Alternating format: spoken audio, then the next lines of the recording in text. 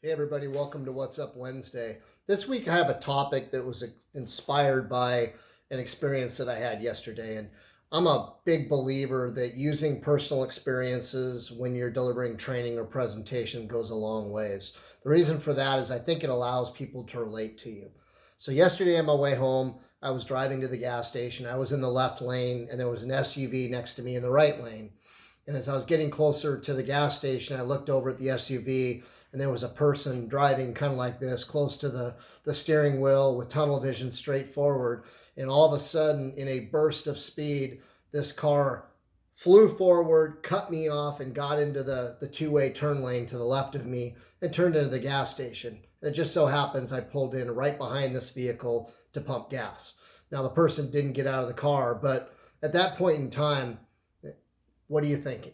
I have a feeling I know what you're thinking. You're probably upset. You're pissed off. And part of me was, and admittedly, when I drive, I have a tendency to get frustrated with other drivers. And I also realize that if we treated people, other drivers on the road, the way we treat people when we walk down the hall, or vice versa, if we treated people walking down the hall the way that sometimes people think and or treat other drivers on the road, there would probably be a lot more violence in society. And I think that having that windshield and the vehicle between you and the other vehicle, it's really easy for people to let their rage really go. And the big question is it worth it? And I know that there are a lot of people who spend a lot of hours every day driving, commuting, fighting traffic.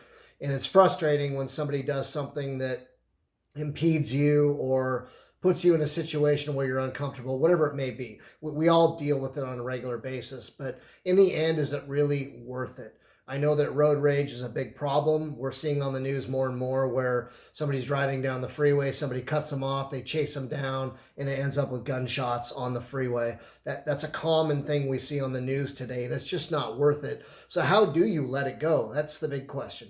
Somebody pisses you off, and you want to retaliate, or you're yelling and screaming and giving them finger gestures.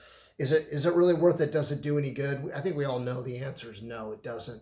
But sometimes just taking a deep breath and exhaling and saying whatever it might be and just letting it go is the most important thing to do. And again, I know that's really hard sometimes, but in the long run, it's probably the best thing we can all do.